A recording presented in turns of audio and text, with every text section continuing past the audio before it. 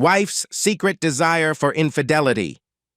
It was about 6:30 p.m. when I finally pulled up to the old two-story house that has been in my family for 4 generations. It had been a very productive day in the field, and I felt like I had gotten a lot done. I was more than ready for a nice home-cooked dinner and a relaxing evening with Terry, my wife of 20 years.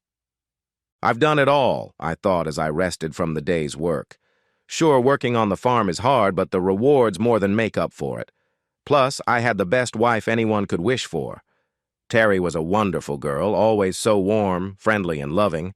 Of course, she had her moments, as we all do, and sometimes she was a little too trusting, and was a little silly at times. But she was my partner, my rock, and I wouldn't trade her for anything. As I entered the house, I immediately smelled freshly made meatloaf and knew I was in for a treat. Terry loved to cook, and she had a knack for making even the most mundane dish delicious. I glanced at the mail lying on the small table next to the door. Most of it was addressed to a tenant or resident, junk and announcements about this or that. A couple of letters were addressed to Bill and Terry Carson, my wife and me, and I realized they were the standard bills we always received at that time of the month. As I walked into the kitchen, I saw Terry pulling a hot meatloaf out of the oven, and I rushed over to help her. She thanked me for taking it, and I put it on the table.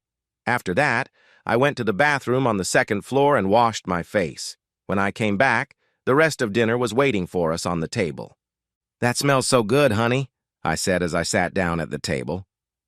"Nothing special, just meatloaf," she said. "I added some hot chili peppers and mushrooms to it. I hope you like it." "I'm sure I will," I told her. She put a portion on my plate and then piled on the mashed potatoes and mushroom gravy. I couldn't help myself. I looked at her and smiled. She definitely knew the way to my heart. She sat down and put some food on her plate. "So, how was your day?" I asked. She nodded, taking a bite of her food. "Good," she said. "Finally sold the Jennings old house." Terry had started working at a real estate office in town about 10 years ago. She wanted to contribute to the family after the twins were old enough to walk to and from the bus stop. Now, they were both gone. Dan, our son, had gotten an appointment to the U.S. Military Academy at West Point, and Lisa, our daughter, was attending Washington University as a veterinarian. With Terry's job and the income from the farm, we lived quite well. Our goal was to retire at 60 and take a long cruise, maybe the Caribbean. We hadn't decided yet. I looked at Terry. So far, our life together had been great, but in the last couple months I had noticed that she had become a little moody. Tonight, she was even more brooding than usual. "Are you okay, honey?" I asked. "You seem a little preoccupied." "I think we need to talk after dinner," she said quietly. "Okay," I said. "Maybe after we eat we can go out on the back porch?" That's where we usually went when we wanted to smoke and drink something for the adults. We'd agreed a long time ago not to smoke in the house. "Sounds like a good idea," she said. We finished dinner, and I wondered what was bothering her. I helped her put everything away, then grabbed a beer and poured her a glass of wine. We went out to the backyard, and I offered her a cigarette, which she readily accepted. After lighting it, I sat on the porch swing, and she settled into a chair next to the bistro. "So, what's on your mind?" I asked. "Bill, please promise me you'll listen to me all the way through," she said. "I'm so torn, and I'm afraid you're going to hate me when this is over. Please let me finish before you say anything, and promise me you won't be mad." "Okay," I said. "I'll listen. What's on your mind?" "Bill, you know I love you more than anything in the world, right?" she asked. I was starting to get a little worried, but encouraged her to continue. "Of course," I said. "You've put up with me and lived on this farm for 20 years, so that must mean something, right?" I asked, jokingly. She smiled, but the smile didn't last long. "You know, you're the only man I've been with my whole life," she said. "And you're the only woman I've ever been with," I answered her. "What does all this mean? You're starting to scare me." "I guess I should just come out and say it," she said. I'm thinking about getting a lover before I get too old. We'll both be 40 in 2 years, and I'd like to know what it would be like to experience another man." "Wait, what?" I asked. "You mean you want to have sex with another man? And you want me to just accept it?"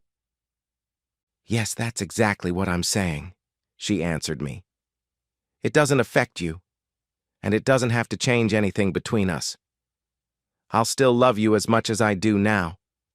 It's just that I want to experience it at least once in my life before I, you know, change." "What, I'm not pleasing you enough?" I asked. "Maybe I'm doing something wrong?" No, she said.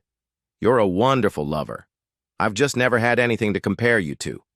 It's like driving a Ford pickup all your life and one day getting a chance to drive something else, like a sports sedan. Like I said, it doesn't mean anything, and it shouldn't change anything between us." "I don't think I like your comparison," I told her. "For your information, it's already changed our relationship." "I guess I didn't put it quite right," she said. "Please don't misunderstand me." "So you've already done it?" I asked. "No," she replied. "Have you decided who you want to do it with yet?" I asked. "No, not at all," she replied. "It's just something I've been seriously thinking about lately." "You didn't come up with it on your own. Who put that stupid idea in your head, Terry?" I asked, trying to stay calm. I wanted to punch a hole in the wall, but I knew that would only push Terry further away. I needed to get more information, and I needed to make Terry smell the coffee. "Well, Marie Cunningham, you know her. She works in my office," Terry said. "We go out to lunch sometimes and stuff, and she told me that this is something I really need to do to assert myself, and she said if you really loved me, you'd let me do it. That's why I wanted to talk to you. She said it wouldn't be cheating if I got your permission first." "Did she? Marie Cunningham? Brunette? 5'9", nothing special. She's in her 30s, dresses like a teeny bopper. That Marie Cunningham?" I asked. "Yeah," Terry said. "Do you know her?" "I've met her a few times at your office, but I can't say I know her well personally," I said. "From what I've heard, she's been divorced twice in the last 6 years, and she's working on a third divorce right now." "I don't know about all that," Terry said, somewhat surprised. "I know she's been divorced at least once. There's talk in Cartwheel that she's been friends with a bunch of guys," I said. "Her husband is pretty suspicious, and from what I hear, he's getting ready to file for divorce." "I didn't know all that," Terry said. I decided to change tactics and try to make her realize what a serious mistake she was making. "Tell me something, honey," I said. "How long have we known each other?" "I don't know," she replied. "About 30 years, maybe a little more." "And we've been together since freshman year of high school, right?" I asked. "Yeah, something like that," she replied. "In all that time, have you ever known me as someone who would agree to something like that?" I asked her. She shook her head. "Well, no, not really," she said. "So what makes you think I'd agree to this now, after all these years?" I asked. "Well, Marie says," Terry started before I cut her off. "Forget about Marie," I said. "Marie is an idiot. I want to hear what you think. Let me put it to you this way. What would you do if I came home one day and said, 'Hey, honey, you know I love you, but I really need to have sex with another woman to assert myself,' huh? Would you be okay with that?" "Oh, no," she said. "I'd leave you." "So why should it be any different now?" I asked. She looked at me, shocked. "Oh my God," she said. "I never thought of that." "Do you remember my grandparents?" I asked. My grandparents died in 2001, a couple years after their 80th wedding anniversary. They were just over 100 years old by then and were well known in the neighborhood. In 1999, at the nursing home where they lived, the family threw them the best anniversary party ever. "Yes, I remember," she said. "Do you remember their 80th birthday party?" I asked. "You and I talked about marriage then, remember?" "I remember," she said with a smile. "I know I already told you about it, But I'll say it again just in case you forgot, I said. I asked Grandpa what the secret to their marriage was. He told me a story I will never forget. When they got married, a lot of people in these parts were still getting around on horses and baby carriages. This was in 1919, just after World War I. Grandpa told me that after the wedding he put Grandma in the baby carriage and drove out of the church. They drove a couple miles down the road and the horse fell off. "That's one," Grandpa said. He picked the horse up and they rode further down the road. After a couple miles, the horse fell again. "That's two," Grandpa said. They kept going, and about the time they were coming up to the house, the horse fell down again. "That's three," Grandpa said. He got out of the baby carriage, got a shotgun out of the trunk, and shot the horse dead as a doornail. "Over there, as a matter of fact," I said, pointing to the driveway. Grandma, according to Grandpa, wasn't too pleased and started expressing all sorts of hatred and displeasure. Grandpa said he just looked at her, smiled, and said, "That's one." "You know, I don't recall a single cross word between them in all the time I've known them," I said. I looked at Terry and saw her eyes widen with fear. "You have 2 strikes against you now," I told her. "The first is for listening to that fool Marie in the first place. The second is for thinking that you think like I'm going to go along with this stupid idea of yours.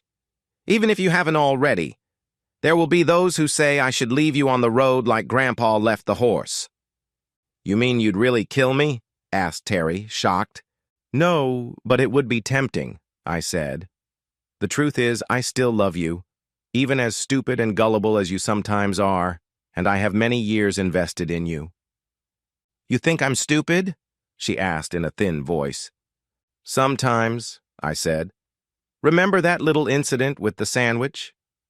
Terry used to make me lunch, and one day, a few years ago, she made a sandwich for me. Except she forgot to put anything on the bread. Imagine my surprise when I pulled out 2 clean slices of bread with nothing on them. When I got home that evening, she asked me if I enjoyed my lunch, and I told her it was great, but I had never had a jam sandwich before. She swore she'd made me a bologna and cheese sandwich and felt like an idiot when I told her I'd found 2 pieces of bread jammed together. "You're never going to let me forget that, are you?" she asked with a smile. "No, I won't let you," I told her, laughing. "So what do we do now?" she asked. "That's up to you," I said. "You're a smart girl. You've raised 2 good kids. You'll figure it out for yourself.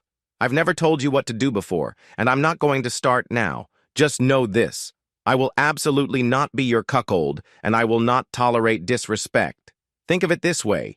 You're in the bottom of the 9th inning with 2 strikes against you. What we do next depends on what you do. Now, if you don't mind, I have to get up early in the morning to get back to the North 40, so I'm going to go to bed." I put out my cigarette and headed upstairs. 3 months later, I stopped the combine, got out of it, and walked to my pickup. It was lunchtime, and I was looking forward to enjoying my meal in the comfort of the air-conditioned cab. However, when I got in the car, I realized that I had left my lunch at home. What a setup, I thought. Now I would have to spend at least half an hour to go back for it. I looked in the rearview mirror and saw a cloud of dust heading my way. Looking closer, I saw that it was Terry's SUV heading towards me. She pulled up next to my car and got out of it. I noticed the tight jeans and smiled. Even after all these years, she still looked good, and I loved looking at her taut legs. She walked over to me and kissed me with her mouth open. "Hey, cowboy," she said. "You left your lunch at the house, so I thought I'd bring it to you." "Well, thanks," I said. "I was just on my way back to pick it up." "Mind if I join you?" she asked. "Not at all," I answered her. She opened the side door of her SUV, and we climbed into the back seat where she had a picnic lunch stocked. As we ate, I thought back to the previous 3 months. After our conversation, she told Marie to stick her idea in her ear. Shortly afterward, Marie's husband caught her engaging in lewd behavior with one of her many boyfriends and filed divorce papers so fast it made her head spin. The day after our little talk, Terry apologized to me, first with words, hugs, and kisses, then with an impressive dinner, and finally with a scalding hot dance and a wild night of mind-blowing sex. I know some will say that I should have taught her a lesson for not even thinking about the ideas that Marie had put in her head. But the thing is, I just can't give up on a love like that has lasted over 2 decades. Things might have been different if she had actually acted on her desires, but she didn't. And the truth is, I don't care at all what other people think. It's my life and my marriage, and I know I would be miserable without her. It would be like cutting off an arm or a leg. Terry worked for a real estate company for a couple months and sold several properties that brought her a nice commission.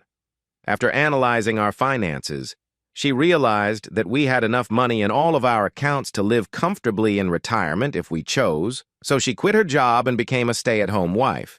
Sometimes she even spent days with me in the field. I have to admit, I liked having her with me.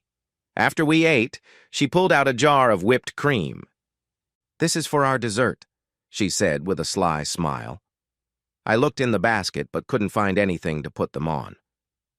"So, what's for dessert?" I asked. "I don't see anything in the basket." She pulled off her short t-shirt, exposing her breasts, then pulled her shorts down her legs, exposing her body. Leaning back, we made love. "That's gorgeous," I said, smiling. "I always knew you were the best cook around, and here you're just top-notch. Now give me a can of whipped cream." The end. Subscribe to my channel. Thank you! Perfect wife after cheating ex-wife. Lenny Barton sat on the couch, tears falling on the papers that announced the official end of his marriage. He had never wanted a divorce, but his ex-wife had sued him anyway, announcing that she was leaving him for someone with more money. He remembered that day like it was yesterday. He was working 10 to 12 hours a day finishing up a project for his boss that, if successful, would result in a major deal that brought in about $500 million for the company. This would mean a huge pay raise for him, as well as a nice bonus. After finishing the project, he drove home with high hopes and the desire to make love to Ginny, his wife of 3 years. But when he pulled up to his house, he saw an unfamiliar car in the driveway. He had a bad feeling about it, but figured it might just be one of her friends from work who occasionally stopped by for a visit. But when he entered the house, his hopes were dashed. There was Ginny lying on the couch, holding hands with a man, and not just any man, but her boss, Rudy James. Rudy was looking at him with a smirk that said, "I just had sex with your wife." 2 suitcases and an overnight bag stood on the floor next to the couch. Ginny, dressed in an extremely short skirt and a pair of CFM shoes, looked at Lenny with sad eyes.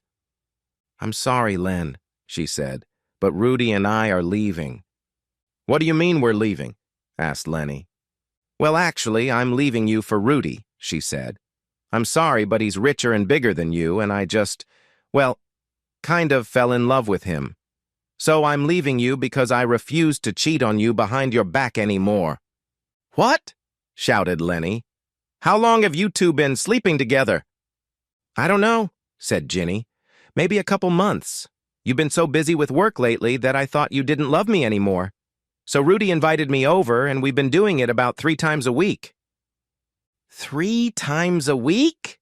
asked Lenny, shocked.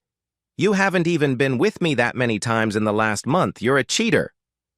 "Hey, watch your mouth," said Rudy, jutting out his chest. Lenny was beyond furious and went into his office. Opening the gun cabinet, he pulled out a shotgun and checked to make sure it was unloaded. He wanted to scare the 2 crooks, not kill them. He returned to the living room and pointed the barrel at Rudy's face. Both looked shocked. "Get out of my house," Lenny said, "before I smear your brains all over the wall. You want a cheater? Take it. But you will not disrespect me in my house. Now get out." Rudy got up from the couch fearfully and looked at Ginny. "I'll see you at the condo," he said. "Are you going to be okay?" Ginny nodded her head. "Get out, Mudik!" yelled Lenny. Rudy ran out of the house and slammed the door. Lenny waited until he heard Rudy drive away and turned to his soon-to-be ex-wife. "As for you, stupid," he said, You do realize I've been working late for us. I thought we were going to start a family. That's what I worked for. And this is how you repay me? Lenny, I'm sorry, she cried. I really didn't mean to hurt you. Please don't kill me. Bullshit, cheater, Lenny said. He lowered the gun. Besides, it's hard to kill someone with an empty gun, he said. He grabbed her hand and yanked her rings off. While she watched, he grabbed her purse and pulled out her wallet. He took her bank card, a joint credit card in her name, and a house key. He tossed her purse back to her, noticing the wad of cash in her wallet. Removing the ring, he tossed it to her. Now get out. Lenny, what are you doing? She asked. If you want to leave, leave. Get out. And I never want to see you again, he said. She slowly got up from the couch and picked up her purse. Can you at least help me with my luggage? She asked. What nerve you have, he said. No. Take your trash and get out. Ginny picked up her luggage and walked wearily toward the garage door. Lenny walked over to her car and pushed the button to open the garage door. She loaded her things, got in her car, and drove away. He closed the door, watching her drive away. Lenny went to the computer and logged into his bank account. He noticed that she had already taken out half of all the money. What a fool. He paid off the joint credit card and closed it, then transferred all but $5 to another account that was already open in his name only. Thank God there was online banking. A few minutes later, he heard a knock on the door. Opening it, he saw a man in a jacket holding a manila envelope. Are you Lenny Barton? The man asked. Yes, what do you want? Asked Lenny in reply. The man held out the envelope to him. You have been served, he said, and walked away. Lenny opened the envelope and found a packet of divorce papers inside. Apparently, Jeannie had already started the action. As he read through the papers, he learned that she had filed a lawsuit under the mental cruelty clause and demanded 85% of the joint assets, as well as a huge amount of alimony.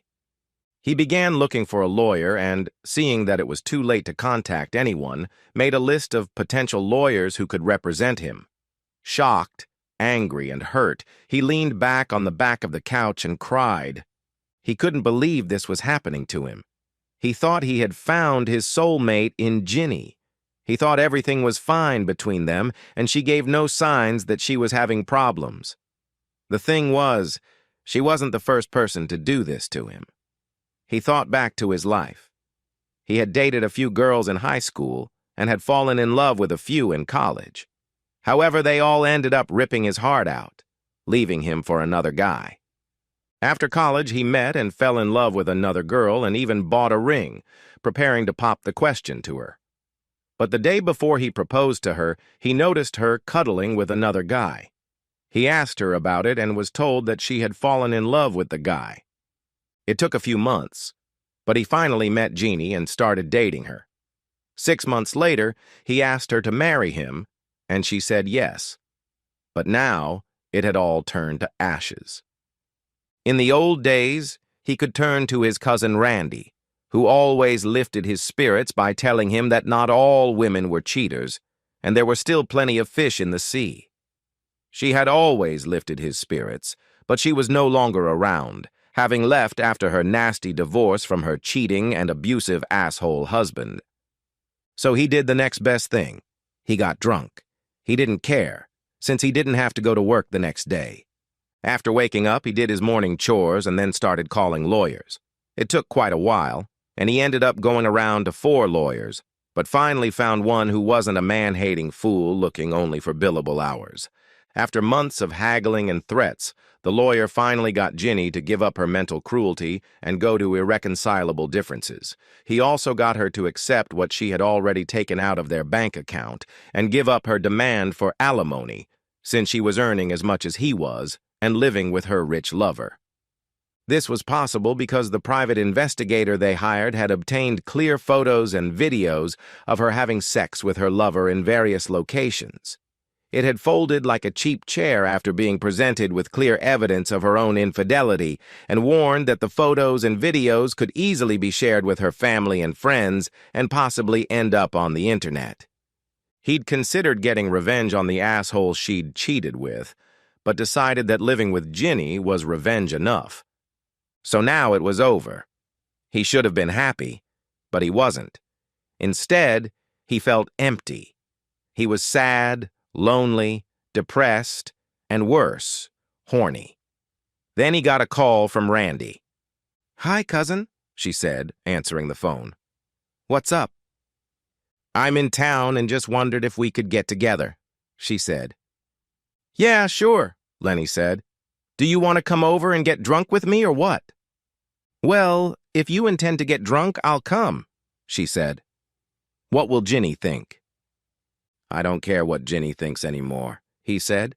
"She's divorced me anyway." "Oh, no," Randy said. "I'm sorry I didn't know. What happened?"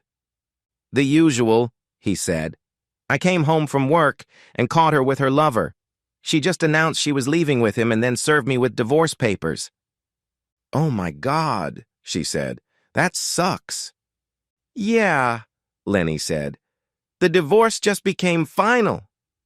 "Well, I'll be right there then," she said. Half an hour later, the doorbell rang. Lenny opened the door and saw the smiling face of his cousin Randy. He hugged her and invited her inside.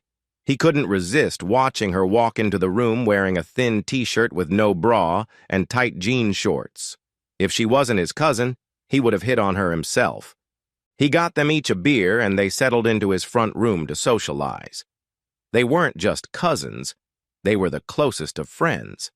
They always shared their innermost secrets and often comforted each other after they parted ways. "So what happened to you after the divorce?" asked Lenny, telling her his story. "Well, I met and married the man of my dreams," she said, showing him her rings. "Wow," said Lenny. "Congratulations. Where did you meet Mr. Wright?" "It's a long story," she said. "Maybe they can help you out." "Okay," Lenny said. "What, is it some kind of dating service?" "No," she said. "I can't explain it, and I had to sign a non-disclosure agreement, so I can't tell you what it is. But I do know that they're very picky about who they work with, and they guarantee that you will be satisfied. I know I'm definitely satisfied. Maybe I'll give them a call and see what they say. Maybe they'll take you in." "Sure, that would be nice," Lenny said. "How much do they cost? I mean, it must be pretty expensive." "It's all part of the non-disclosure agreement," Randy said. "But I think you'll find it more than reasonable. I'm sure of it." "Good," he said. "I have confidence in you. By the way, how long are you going to be in town?" "Oh, just a couple days," she said. "I'm here to do some work for my company. But I can spend the rest of my time with you if you want. Do you think you can handle it?" "Sure," he said. "You know you're always welcome here, and it's a lot cheaper than a hotel room." She smiled. "All right," she said. "Then I'll stay here and keep you company." "Tell me about your new man," Lenny said. "Well, he reminds me a lot of you," she said. "Really?" asked Lenny. "Yes," said Randy. "He's a techie like you, and he has your sense of humor." "Do you have a picture of this guy?" asked Lenny. "Sure," she replied, pulling out her cell phone. With her fingers, she navigated to her photo folder and found a picture of her with her new man. She looked at the picture, then at her cousin. "Oh my God," she said. "I never noticed this before. Look at this." She held up the picture for Lenny to look at. He was shocked. The man in the picture looked a lot like him, only with slightly different hair. "Wow," Lenny said. "You don't have a twin brother or anything I don't know about, do you?" she asked. "No, I'm an only child," said Lenny. "You know that." "That's odd," she said, shaking her head. "Well, you're happy with him, aren't you?" asked Lenny. She smiled. "Of course I am," she said. "Happier than I've ever been in my life." Lenny shrugged. "Oh, well," he said. "I'm happy you're happy. Enjoy it." She smiled. "I will," she said. Now get out your cards so I can beat you in spades." He smiled and pulled out a deck of cards. They played cards and indulged in reminiscing until well into the night, all talk of her new husband sidelined. Randy finished her business and left 2 days later, giving her cousin a hug before she left. "Remember, keep an eye on your phone and be sure to answer any calls from the LWs. And remember, if they leave a message, call back as soon as possible," she said before leaving. "Okay, thanks," Lenny said. He watched her leave and walk back to his empty house. He couldn't believe how much he missed his cousin. He thought about her the rest of the day and felt even more alone than he had since his cheating wife left him. On Friday during lunch, Lenny received a call on his cell phone. Glancing at the screen, he saw that the call came from LWs. He remembered Randy's words and answered the call. "Hello," he said. "Is this Lenny Barton?" the man asked. "Yes," Lenny answered. "And who is this?" "Lenny, my name is Larry Wilder," said the man. "I spoke to your cousin a couple days ago and was wondering if you would be free anytime soon." "Sure," Lenny said. "When would you like to meet?" "Maybe tonight," said Larry. "Say around 5:30 p.m.? Larry gave Lenny the address of an office building near where he worked. "Sure," said Lenny. "I get off at 5 so I can easily be there at 5:30. "Good," Larry said. "I look forward to seeing you." The call ended, and Lenny spent the rest of the day looking at his watch. At exactly 5 he left the office and headed to the address Larry had given him. As he pulled up to the office building, he walked up to a door labeled LW's. He opened the door, and the pretty blonde receptionist smiled and ushered him into a small conference room. "Mr. Wilder will be with you shortly," she said. Lenny thanked her and sat down in one of the 2 chairs in the room. A minute or so later, the door opened, and a slightly older man dressed in a white medical coat entered the room. He smiled, extending his hand to Lenny, who stood up as the door opened. "Mr. Barton," he said, "it's a pleasure to meet you. Please have a seat. Let me explain what we're doing here. I know you've been talking to your cousin. She's the one who referred you to us, and I must admit I'm surprised at how much you resemble her new husband." "So am I," Lenny said. "You don't know why?" "Well, maybe it will be clearer by the time we're done," Larry said. "You might think we're just another company that picks up people, like a dating site. We're actually much more than that. We guarantee we'll find you the perfect match." "What do you mean?" asked Lenny. "Are you familiar with the biblical story of Adam and Eve?" asked Larry. "Sort of," said Lenny. "As I recall, they ran around unclothed in the Garden of Eden until she ate an apple, and then God kicked them out." "Well, that's not all. And it wasn't an apple, but you got part of it right," Larry said. "Do you remember how Eve came to be?" Lenny shook his head. His parents had taken him to Sunday school when he was very young, but he hadn't gone to church in years. "No, I don't remember," Lenny said, embarrassed. "That's all right," Larry said. "A lot of people don't remember that part of the story. According to the story, God was displeased that Adam was alone and had no one to share the garden with, so he put Adam to sleep and removed a rib. God then sewed up the wound and formed Eve from the rib. He brought Eve to Adam, who, according to the story, said, 'This is now bone of my bones and flesh of my flesh. She shall be called woman, because she is descended from man.' Because of this, the story says, men leave their parents and unite with a woman to become one. It is true that Eve was tempted, and she in turn tempted her husband. They were kicked out of the garden, but they stayed together for the rest of their lives, which was a very long time," Larry says. "So what does that have to do with me?" asked Lenny. "Good question, and I'm glad you asked it," said Larry. "Simply put, Eve, for lack of a better explanation, was formed from Adam's DNA. There's a lot more to it, but we don't have time to get into all the scientific intricacies. We're doing something similar here. No, we're not removing a rib or anything like that. There's no need for that. But we will use your own genetic information to match you up with a mate that will be, well, perfect." At least for you. You can do that? Asked Lenny. The man smiled. Oh, yes, he said, and I guarantee you'll be more than pleased with the result. So, how much does all this cost and when can we start? Asked Lenny.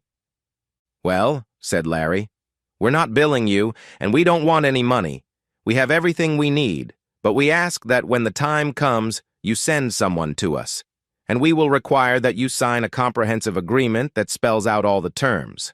As for timing, we can start right now if you want. We've already done our preliminary screening and concluded that you are the best candidate for our services, and we know you have over 150 days of accrued sick leave, so you can take the necessary time off. We don't do that for the common man, you know. How much time would I have to take? Asked Lenny. I didn't realize I'd have to take time off from work. That's all right, said Larry. We prefer that our clients take a full week's vacation to keep things running smoothly.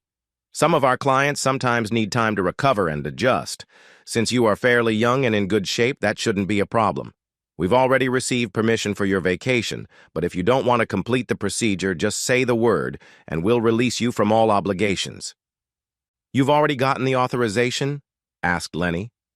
Yes, said Larry. Your boss, John Smith, said he's been worried about you lately. Your numbers are down a bit and you've been looking out of sorts. A little distracted. He knows you're under a lot of stress because of the divorce and expressed hope that we can help. If you'd like, I can call him and he can tell you all about it himself. Please call, Lenny said. That's reasonable, Larry said, dialing a number on his cell phone. After a couple of beeps, Lenny heard his boss answer. Mr. Smith, hello, this is Larry Wilder. I'm talking to Lenny Barton right now, and he'd like to make sure you approve his time off. Lenny heard his boss say something. Then Larry handed him the phone. John, hi, it's Lenny, he said. Lenny, listen, I should have told you sooner, I'm sorry, John said. Look, I know what you're going through, and Mr. Wilder told me he could help you. That's why I approved time off for you. You're a good worker, and I'd hate to lose you for a long time, but I'm willing to let you take the time off if it helps. Take care of yourself, okay? Okay, boss. Thanks, Lenny said. I'll see you in a week or so. See you then, John said. Bye. Lenny looked at Larry. Well, let's get started, he said. Larry smiled. Okay, he said. Now you're going to go through registration and we'll get started. Larry took Lenny to an office where he was registered and handed a non-disclosure form to be read and signed. After the paperwork was completed, he was taken to another room where he undressed and put on a hospital gown. Larry then took him to another room where nurses took blood and urine samples. He was then subjected to a battery of tests to determine his general physical condition. He was then taken to a room and placed in a larger than usual hospital bed. After the nurses finished, Larry came in and sat down next to him. A technician came in carrying a cart with lots of wires and readings. Lenny, we're going to run some psychological tests on you, nothing invasive. We just need to get more information. Just relax, and the machine will take care of everything, he said. Lenny relaxed, and the technician began connecting wires to various parts of his body. Finally, he put something over Lenny's head, covering his ears and eyes. Okay, Lenny, just relax, Larry said. Lenny could hear him through the headphones in his headset. You're going to feel a little sleepy. That's normal. Just relax and breathe normally. Lenny fell asleep and woke suddenly when the technician removed his hood. He blinked his eyes as Larry made notes in his clipboard. How are you feeling? Asked Larry. Okay, I guess, replied Lenny. What was that? The patented equipment we use for gynotherapy, said Larry. We use it to obtain important information about you, your likes, dislikes, and the like. That's very important in order to ensure you're a successful match. There's one more thing we need to do. What exactly? Asked Lenny. We're going to install equipment that will monitor your sleep status throughout the night. I want you to focus and think about what your partner might be like in your sleep, said Larry. Don't force yourself. Let it come to you naturally. We'll give you something to help you relax and fall asleep. The technician began placing electrodes on Lenny's head, at which time a nurse entered with a cart. After the technician finished, the nurse injected something into his IV and Lenny began to drift off to sleep. "Relax, Lenny," Larry said. "Think about what your ideal woman should be like, and we'll figure it out from there." "That's all," he said as Lenny began to fall asleep. "Good night. I'll see you in the morning," he added with a smile. The next day, Lenny woke up feeling rested. He had had several dreams, but he couldn't remember any of them. He remembered that some of them had overtly sexual overtones, but he couldn't recall any details. Larry walked in as he was finishing his breakfast. "How are you feeling this morning?" he asked, looking at Lenny's vitals. "Actually, I'm feeling awake," Lenny replied. "Good," said Larry. "I see you had a lot of dreams last night. Do you remember any of them?" "Just bits and pieces," said Lenny. "I know some of them were a little sexual in nature, but I can't remember any details." "That's okay," Larry said, looking through the machine's records. "We'll clean this up and let you get some rest. Later this morning, we'll run some more tests and get you in for a consultation." About mid-morning, Lenny was taken to a darkened room with a reclining chair in the middle. He was seated in the chair and electrodes were attached to his body. As he sat there, Larry explained what was going on.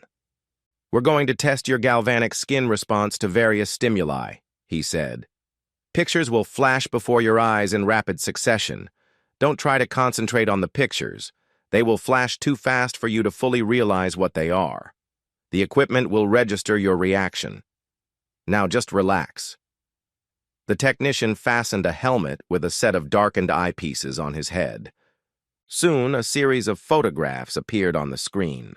As Larry had promised, they flashed by too quickly for him to realize what they were. He thought he saw a few pictures of Flowers and his cousin, but he wasn't sure. Half an hour later, the lights came back on and the helmet was removed. "Good," Larry said. "I think we have enough information now to complete the mission. I think it's time for you to see a counselor. It will help you deal with the problems that have arisen as a result of your divorce." "What kind of problems?" asked Lenny. "Well, the way your ex-wife left you has undoubtedly caused you to have doubts, at least in your mind, about your adequacy as a man," explained Larry. "I'm not a psychologist, but I can understand the feelings of rejection you're facing right now. I think it would be wise for you to address some of these issues before starting a new relationship, don't you?" Lenny had to agree and was taken to another office where he met his counselor, an attractive brunette who greeted him with a wide smile. They spent the next few hours talking about Lenny's past, the many rejections from women he thought he loved, and how his wife had left him. The counselor was kind and understanding, but firm. She helped him deal with the rejection he had experienced from other women in his life and gave him mental exercises to help him prepare for the future. And, as she explained, his new girlfriend would help him heal completely and move forward. That night he did some of the exercises and slept like a baby and woke up feeling better than he had in a long time. After breakfast, Larry showed up and went over his notes. "I am very pleased with the progress you have made," he said. "Are you ready to meet your other half?" "Really? Already?" asked Lenny. Larry smiled and nodded his head. "Yes," said Larry. "It was actually pretty easy." He opened the door, and a woman in a hooded robe entered the room. Larry led her over to Lenny's bed and pulled the hood off her head. Lenny gasped, seeing this woman for the first time. She was exquisite. Her wavy dark hair framed a face that looked very much like Randy's, but her lips were a little fuller than her cousin's. She looked up at him with her hazel eyes and smiled. "Lenny, meet Raina," Larry said. "I'll give you two some time to get acquainted," he added as he closed the door and was about to leave. Lenny felt a slight spark as Raina took his head in her hands. She looked into his eyes and kissed him on the lips. Until now, he hadn't believed in the idea of love at first sight. But there was something about this girl that captured his soul. "So much pain," she said softly, taking his head and pressing it against her. He wrapped his arms around her and sobbed. It was something he just couldn't control. "Let me heal your soul," she whispered in his ear as he pressed himself against her. She covered his face with kisses and then stepped back and removed her robe. Lenny gasped again as he saw her beauty. Her breasts weren't very large, but they stood out proudly on her chest. She walked over to the bed and climbed under the covers. Untying his robe, she pulled it off and pressed her whole body against him so he could feel her soft skin against his. She covered his body with kisses. She smiled at him and they made love. Afterward, she collapsed on the bed. "Yes, baby, that was so good," she whispered. "I love you so much," she added. Lenny pulled her against him and kissed her sweet face. "I love you too," he said. She slid off him and lay down next to him. "I'm yours for life," she said. Lenny couldn't believe his luck. This really was the woman of his dreams. "Oh yes, I want to be with you so badly," he said, "and I will love you, cherish you, and honor you for the rest of my days." She smiled. They kissed again and again. They continued to kiss each other for what seemed like hours. They kept kissing each other until they heard a knock on the door. "Come in," Lenny said. The door opened and Larry poked his head inside. He entered the room along with 2 technicians and a nurse. They were all smiling as they looked at the 2 lovers embracing each other on the bed. "I see you 2 have already met," Larry said. "Good. We need to run some follow-up tests to make sure everything is okay." He beckoned to the technicians, who picked up Raina's robe and held it out for her to put on. Closing the robe, she leaned over and kissed Lenny. "I'll be back," she said. "I love you." "I love you too," he replied. She smiled and left the room with the 2 technicians. Larry sat next to the bed while the nurse took samples of his blood and recorded his vital signs. When the nurse left, Larry turned to Lenny. "How are you feeling?" asked Larry. "I'm ecstatic," replied Lenny. "Is it real?" Larry smiled and nodded his head. "Absolutely," he said. 100%. "Where did you find her?" asked Lenny. "Actually, she's always been a part of you," said Larry. "You just didn't know it." "I don't understand," said Lenny. "I know," said Larry. "Just trust me, she's real and she's all yours. That is, if you want her." "Oh, I want her," said Lenny. "More than anything.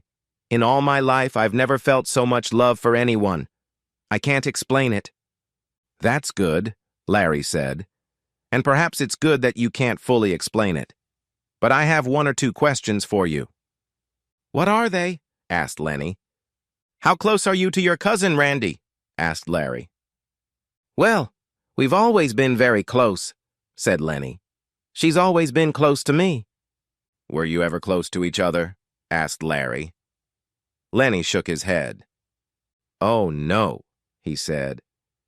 "We played strip poker a few times when we were younger, but that's about it." "Okay," said Larry. "I'm just curious. Do you think you could spend the rest of your life with Raina?" "Absolutely," said Lenny. "Great," said Larry. "Remember that she's a very real person with her own personality and her own needs. But I promise that if you give her the love, respect, and dignity she deserves, she will be yours for life. Be faithful to her, and she will be faithful to you. Is that what you want?" Lenny nodded his head. "More than anything," he said. Larry smiled. "All right," he said. "Get some rest, and I'll see you in the morning." The next day, Lenny woke up to the fact that he was dreaming about Raina. Larry walked into the room with a clipboard. "Good morning, Lenny," he said. "How did you sleep last night?" "Better than I've ever slept in a long time," Lenny replied. "Great," Larry said. "You have a big day ahead of you. All your labs are in order, as are Raina's. One last question." "What's that?" said Lenny. "Would you like to marry Raina?" "Yes, I would," said Lenny. Larry smiled. Great, he said. When would you like to marry her? I'd marry her right now if she wanted me to, Lenny said. Well, we'll see what she says, Larry said and walked to the door. Opening it, he ushered Raina into the room. Smiling, she ran up to Lenny and hugged him. Larry looked at Lenny. Well, ask her. Lenny looked at Raina's smiling face. Raina, will you marry me? Asked Lenny. Raina smiled broadly and kissed Lenny. Oh, yes, she said. A few days later, they exchanged vows in a room decorated like a chapel. Under normal circumstances, Lenny would have been concerned that things were happening too fast, but he just felt Raina was there for him. Do you take this man to be your lawfully wedded husband?